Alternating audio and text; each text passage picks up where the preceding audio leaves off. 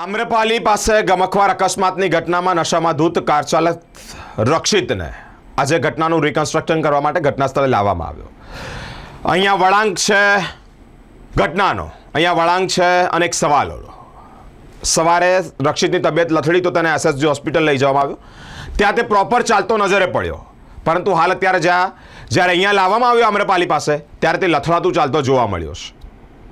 સવારે તબિયત સારી હતી, એટલે સવારે વ્યવસ્થિત ચાલતો હતો, પરંતુ અત્યારે લથડાતું ચાલતો થયો છે. પ્રશ્નાર્થ થઈ રહ્યો છે કે શું રક્ષિતની સર્વિસ પ્રોપર થઈ છે એટલે આવું ચાલી રહ્યો છે.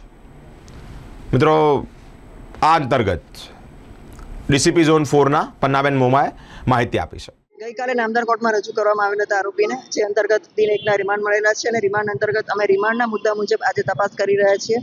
એના આખા દિવસના ફૂટેજીસ કલેક્ટ કરેલા છે, સાથોસાથ કોને મળેલ હતો, ક્યાં ક્યાં ગયેલ હતા આખા દિવસ દરમિયાન, જે એક્સિડન્ટ થયો દિવસે, એ બધા મુદ્દાની તપાસ ચાલી રહી છે.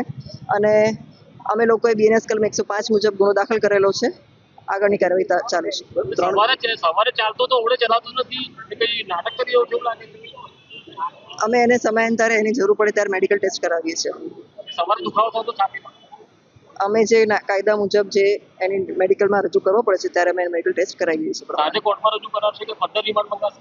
એના સમય મુજબ અમે એને કોર્ટમાં રજૂ કરી દઈશું અને જરૂર જણાશે અમારી તપાસ પૂર્ણ નહીં થાય તો ફર્ધર રિમાન્ડ પર માંગણી કરવામાં આવશે.